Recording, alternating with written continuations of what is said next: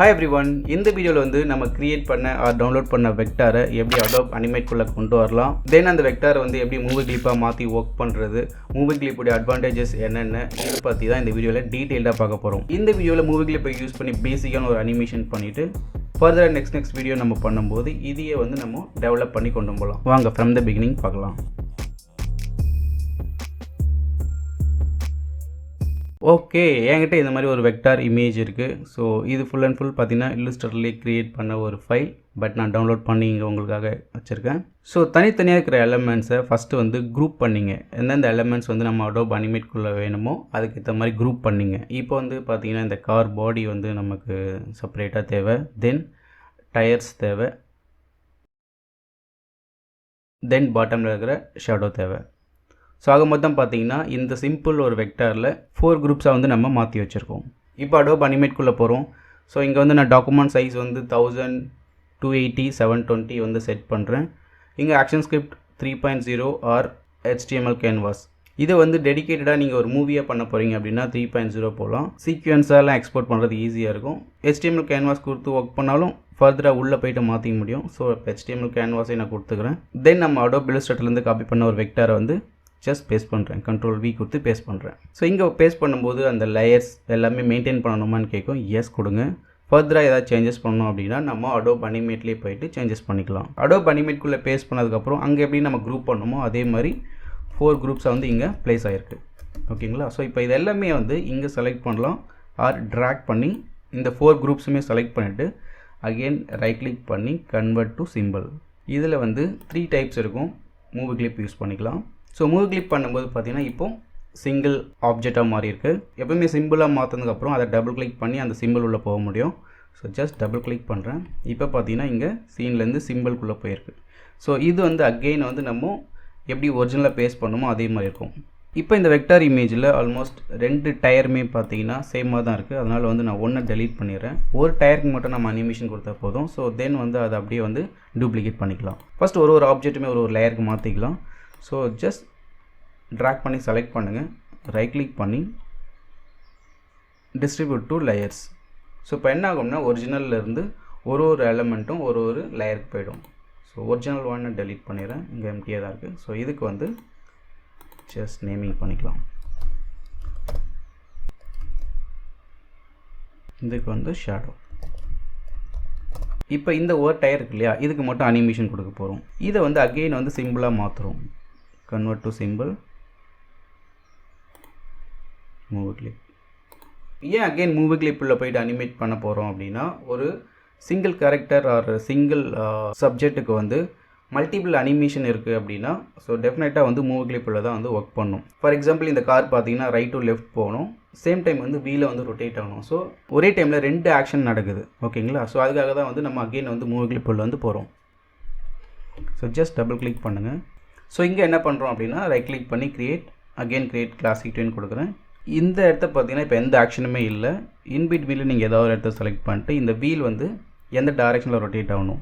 So just select பண்ணும்போது அதனுடைய property கிடைக்கும். இங்கே வந்து clockwise or counter clockwise. So இப்போ நமக்கு வந்து கவுண்டர் கிளாக் வைஸ் தேவை. கவுண்டர் கிளாக் வைஸ் கொடுக்குறேன்.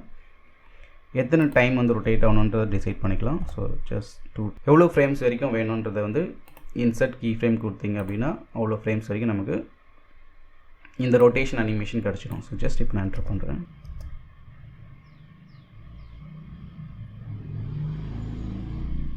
ஸோ இப்போ 1லேருந்து 35th ஃப்ரேம் வரைக்கும் பார்த்தீங்கன்னா 2 டைம்ஸ் வந்து நமக்கு டயர் வந்து ரொட்டேட் ஆகுது. ஓகே, ஸோ அகெயின் வந்து சிம்பிள் 1க்கு வந்து வரும். இங்கே அஸ் யூஷுவல் நம்ம ஏற்கனவே செப்பரேட் பண்ண லேயர்ஸ் இருக்குது. இதுக்குள்ளே பார்த்தீங்கன்னா இப்போது இந்த டயருக்கு மட்டும் அனிமேஷன் இருக்குது. ஸோ நம்ம சிம்பிளாக மாற்றிட்டு எந்த ஒரு ஆக்ஷன் பண்ணாலும் அது வந்து லைப்ரரியில் வந்து டிஃபால்ட்டாகவே வந்து சேவ் ஆகிடும். ஸோ ஏற்கனவே வந்து டயருக்கான அனிமேஷன் கொடுத்து வச்சுருக்கோம். ஸோ இந்த சிம்பிளை வந்து அகெயின் நம்ம எத்தனை டைம் வேணாலும் நம்ம டூப்ளிகேட் பண்ணி வச்சுக்கலாம்.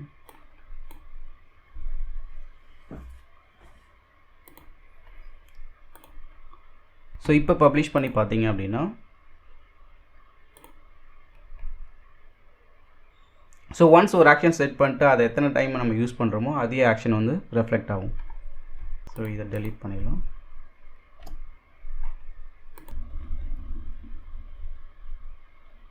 ஸோ தென் என்ன பண்ணுறோன்னா அந்த ஷேடோக்கு வந்து சின்ன ஒரு மூமெண்ட் மாதிரி கொடுக்க போகிறோம். இதையும் வந்து அகெயின்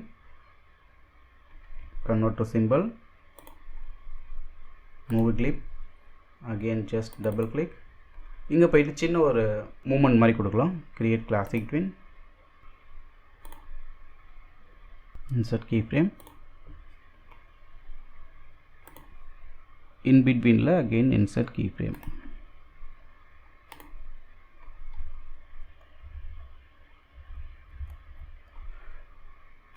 ஒரு சின்ன மூமெண்ட் மாதிரி கொடுத்துருக்கேன்.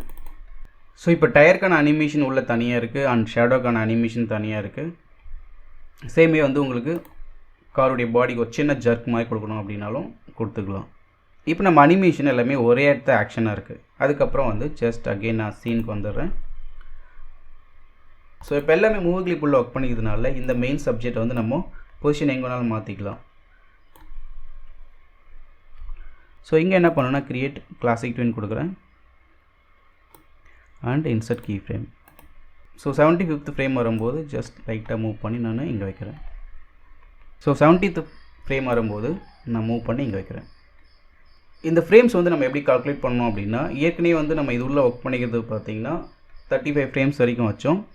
ஸோ அப்போ இங்கே வரும்போது இந்த மெயின் சீன் வரும்போது அனிமேஷன் எப்படி எடுத்துக்கணும், அந்த ஃபஸ்ட்டு 35 ஃப்ரேமை வந்து 2 டைம்ஸ் ஏற்கனவே நம்ம எப்படி இன்டர்னலாக செட் பண்ணமோ அந்த அனிமேஷன் எடுத்துக்கும். நெக்ஸ்ட் 35 ஃப்ரேம்ஸ் அகெயின் 2 டைம்ஸ் எடுத்துக்கும். ஸோ கிட்டத்தட்ட 4 ரொட்டேஷன் வந்து இப்போ நமக்கு கிடைக்கும்.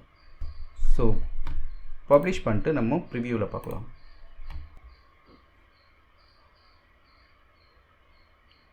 Just a minute. நம்ம வந்து ஒரு ஹெச்டி சைஸை வந்து கேன்வாஸில் ஒர்க் பண்ணும்போது HTML ப்ளே பண்ணும்போது இது மாதிரி குவாலிட்டி இஷ்யூஸ் வரலாம். ஸோ என்ன பண்ணணும்னா நம்ம ஆக்ஷன் ஸ்கிரிப்ட்டுக்கு மாற்றிக்கலாம். அப்போ தான் டெடிக்கேட்டடாக ஒரு வீடியோ ஃபைலுக்கு ஏற்ற மாதிரி நம்ம செட்டப்ஸ் வந்து குவாலிட்டியாக இருக்கும். ஜஸ்ட் ஃபைல் மெனு போயிட்டு கன்வெர்ட் டு ஆக்ஷன் ஸ்கிரிப்ட் 3. இதை வந்து ஜஸ்ட் நீங்கள் கண்ட்ரோல் என்டர் கொடுத்து ப்ளே பண்ணும்போது ஒரு ஹை குவாலிட்டி அனிமேஷன் வந்து உங்களால் இங்கேயே பார்க்க முடியும்.